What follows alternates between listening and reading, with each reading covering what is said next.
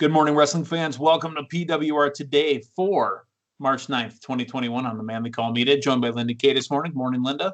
Good morning, Meathead. Happy Tuesday to you. Hey, happy Tuesday. Glad to talk to you on Mondays and Tuesdays. Hey, let's talk sponsors. Manscaped.com. One of my friends, I've lost 6-7 pounds of hair off my head, shaved the mustache off. I shaved the head down. I've got about a 3 on the top, 2 on the sides. Manscaped.com with PWR saves you 20%.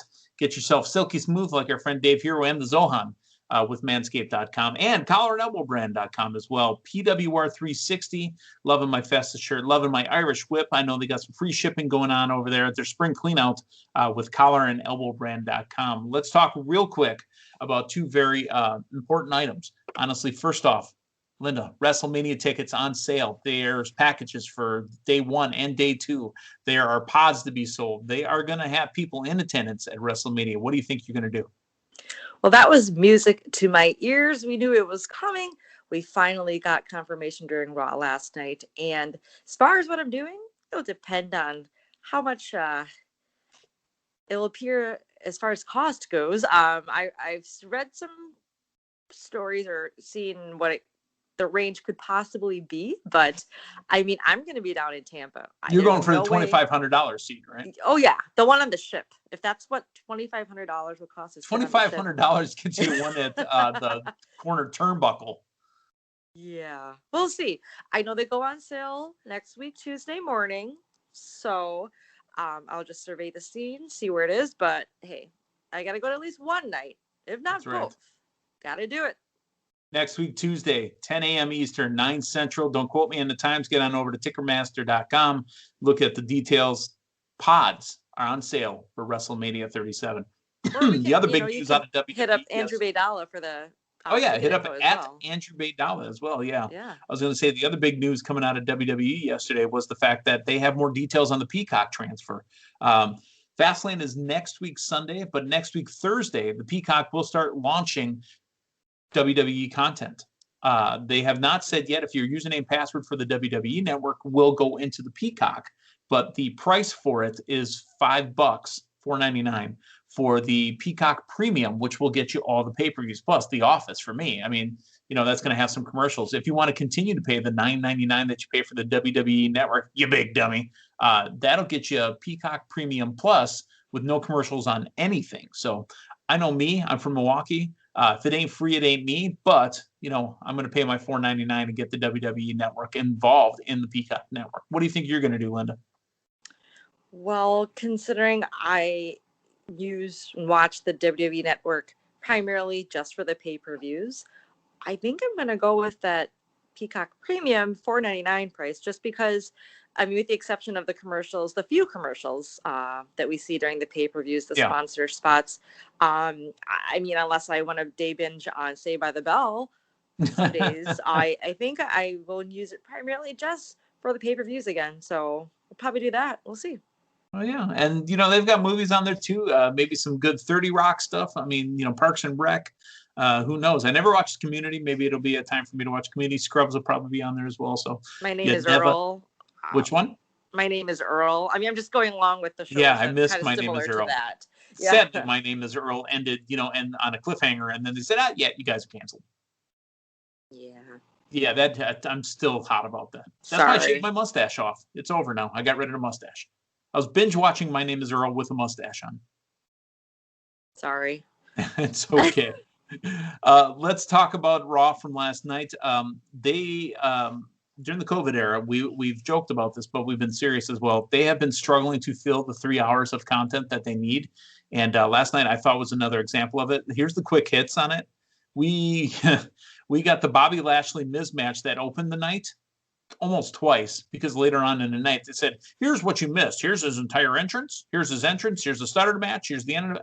The match was only like 2-3 minutes long. So we saw the damn match twice, plus the almighty entrance. The era of the almighty has begun. What were your thoughts on the entrance and the fact that we had to watch the match almost the second time? Well, I didn't necessarily need the whole recap again, but that hot entrance, Bobby Lashley, what a star, what a stud, what a great way to introduce the almighty era. The almighty era. All the gold. I mean, Come on, I love The Miz. He is also on Team Long Time, but I just didn't foresee this rematch turning the other way, let alone it only going a couple minutes. I was like, oh, all that builds and what? Bobby Lashley's that's back-to-back star, weeks with a title match on Raw. Pretty much squash matches for The Miz. Yep. Interesting.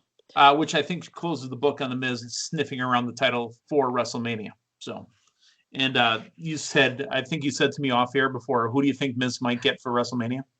Bad Bunny.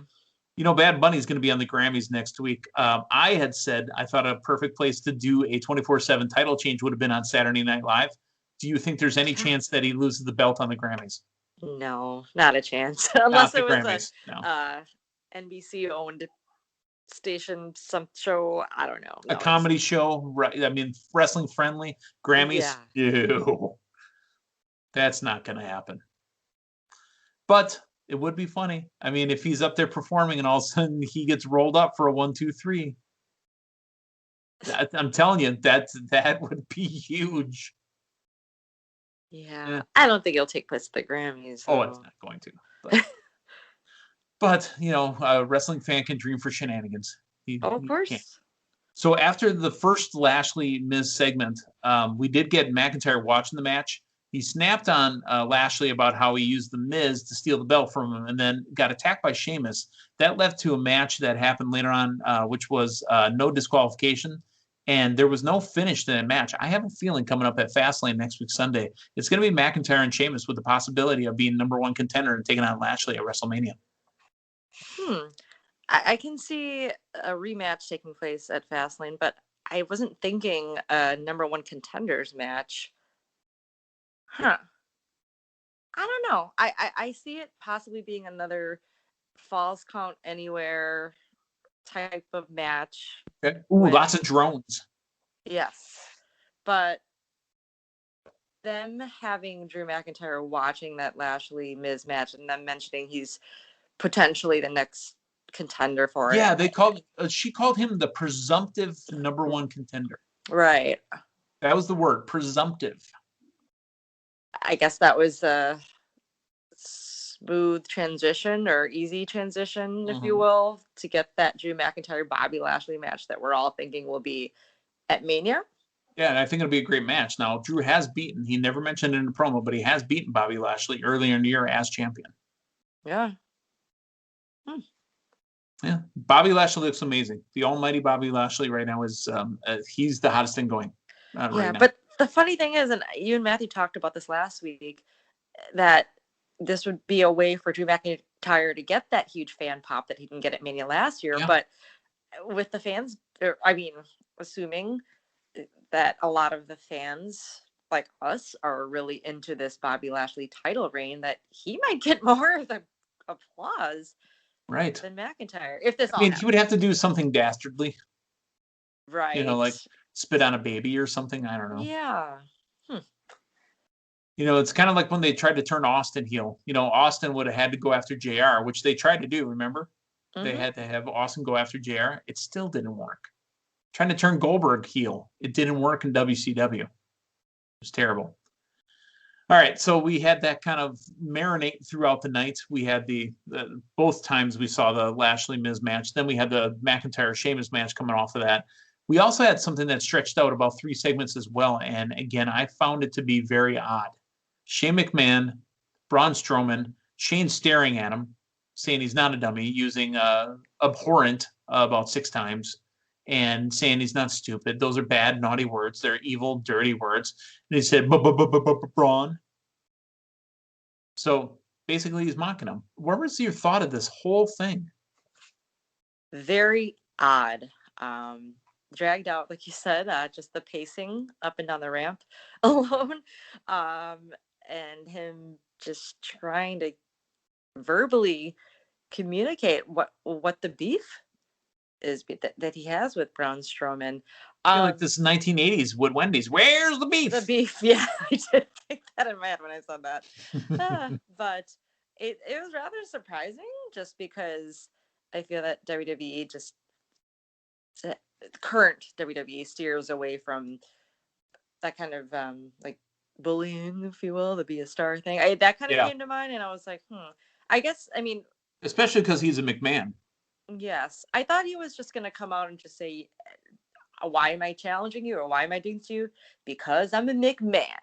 Get that heel Shane back to the scene. And I thought that would have been totally fine to get it would have made sense. This feud rolling more between the two of them. So, I mean, it continued backstage. I guess this is that slow build to their match at WrestleMania, which I'm not sure if me and Matthew mentioned this to you, but we had talked about what kind of match this could be, because what do they have against each other? And I mentioned maybe this is a one-night return of Raw Underground? Maybe. Okay. Maybe. Well, we'll see what happens. But yeah, it was very odd how this all came about. I guess, got some time to really see like what really is irking Shane McMahon about Braun. Because if it's just that, I mean, it's a lot of weeks to pull that storyline. Here's another odd thing that happened last night too. Carmella threw champagne at Reginald. Nia Jax apparently carried him all the way to Raw, and now he's on Raw because Nia Jax thinks he's fine. Yeah. What's going on there? Well, I was surprised to see Reginald, but pleasantly surprised because I do like him. I think he brings some added value. Yes, to the shows. I mean, in ring and just in his backstage promos. Nia Jax brought him out and explained how he's been having a hard week. Carmella fired him last week on SmackDown, and Sasha threw the bubbly in his face, but that she thinks he's cute. So there he is.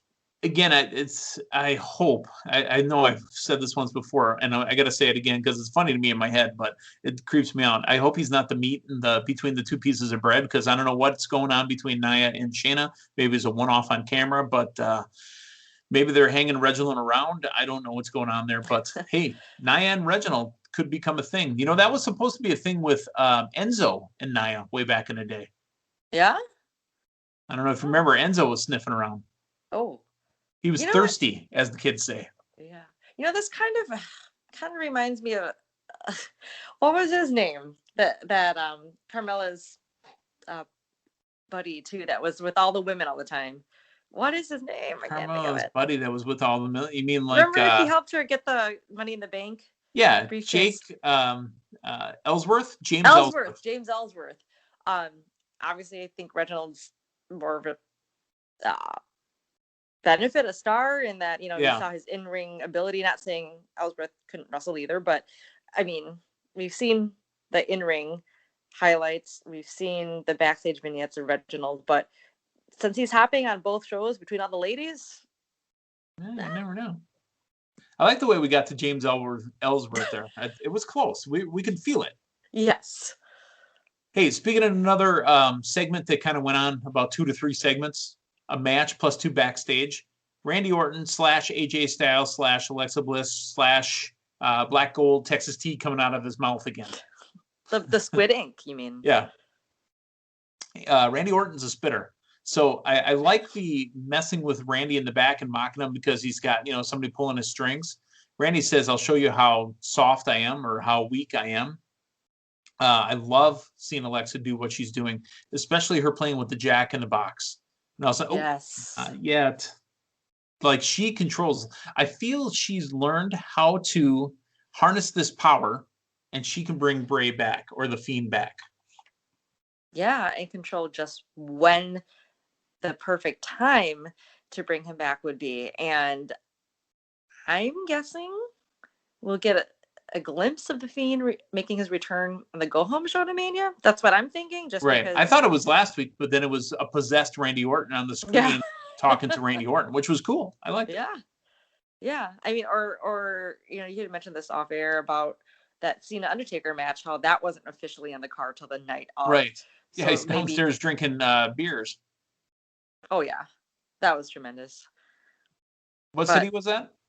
Was that New Orleans? I want to say it was New Orleans. Yeah, the second. Okay. New Orleans. Okay. Well, a couple more vignettes for Rhea Ripley coming soon. They've been playing awfully long. And again, I need Rhea to perform at WrestleMania, if not at Fastlane. So let's get going here. I don't know what we're waiting for.